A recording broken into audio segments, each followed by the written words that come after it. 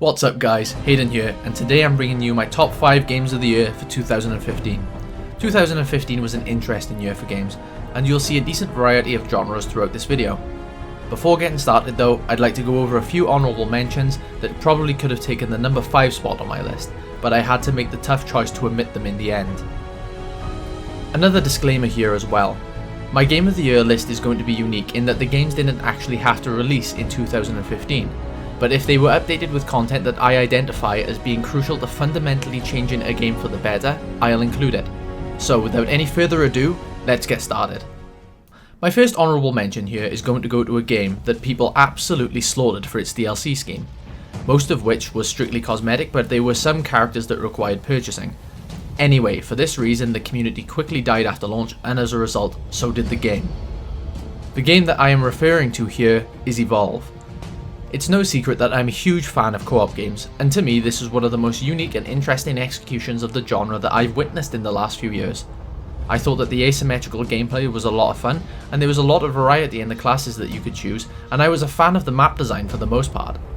If the community for this game didn't die, I'd most likely still be playing it on and off today. I'm hoping that 2K and Turtle Rock learn from their mistakes with this game and release a sequel that isn't surrounded by controversy from the get-go. My second honourable mention goes to Dying Light.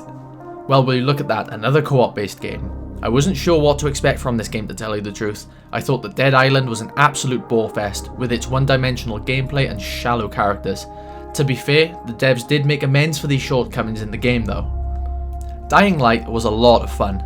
A party of me and 3 friends went through the game in about a week, exploring and just generally having a good time. There's not many games where you can hit a gas canister and then throw it at your friends, resulting in a hilarious death or them running away rather frantically.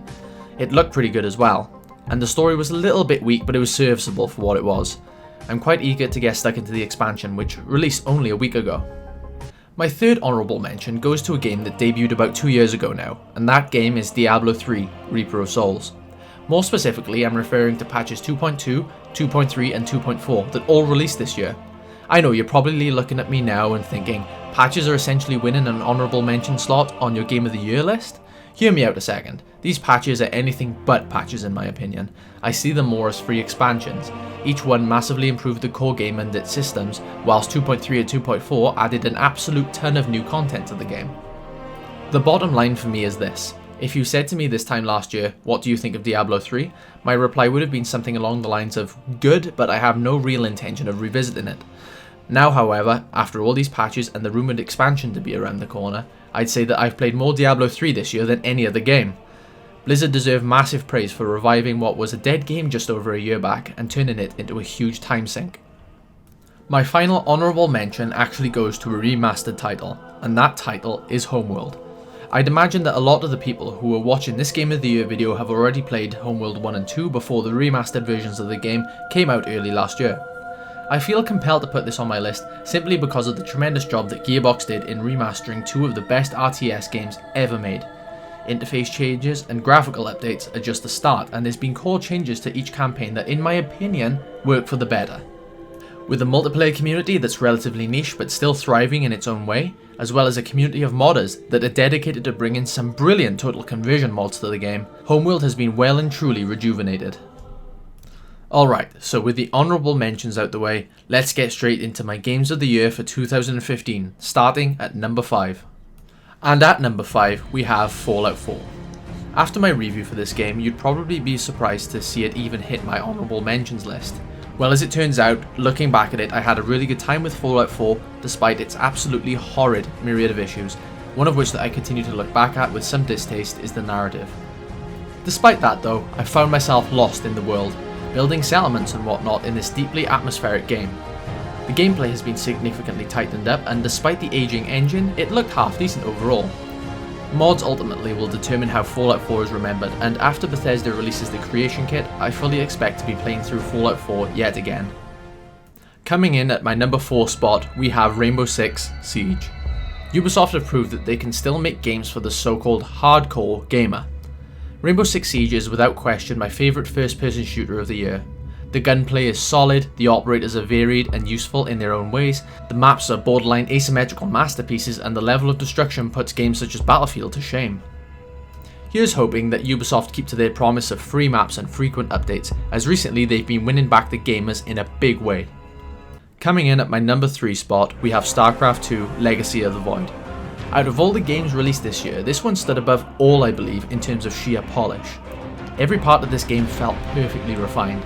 The campaign was brilliantly executed from start to finish, the multiplayer scene is stronger than it ever has been, and the additional value adds such as the co-op missions further augment this game as a brilliant defining chapter of the StarCraft universe as a whole.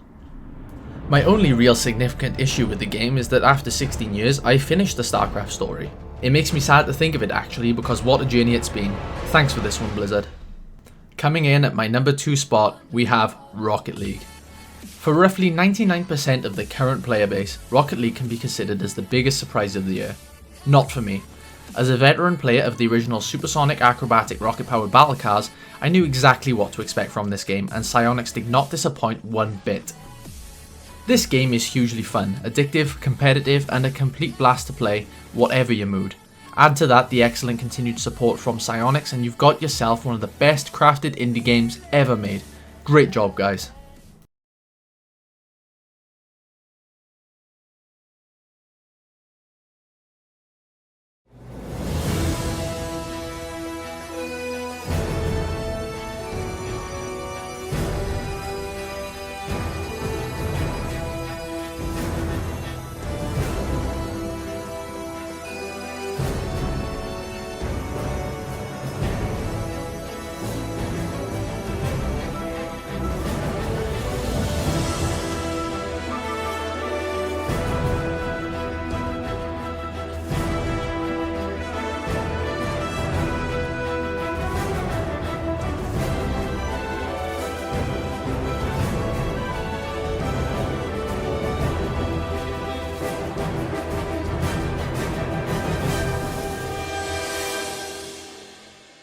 My game of the year for 2015, without question, has to go to The Witcher 3 Wild Hunt.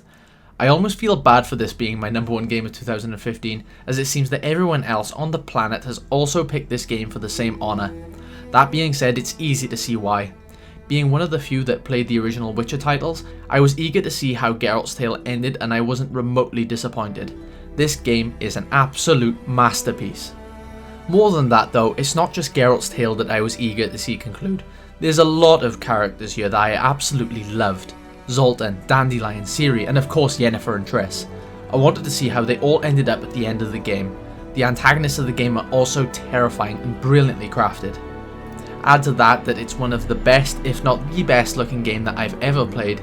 Each secondary quest was interesting and enthralling, and the list of things brilliant about this game just goes on and on. CD Projekt Red have not only crafted the best game of 2015, but they've also crafted the best game that I have ever played. Bravo, you guys. And that's a wrap. Thanks for joining me on this one, guys, and I hope that you all enjoyed today's video. If you did, I would appreciate a like, and if you want to see more gaming related content, click that subscribe button. If you have any criticism of the video, please feel free to leave feedback in the comments. Thanks again, guys, and I'll see you in the next one.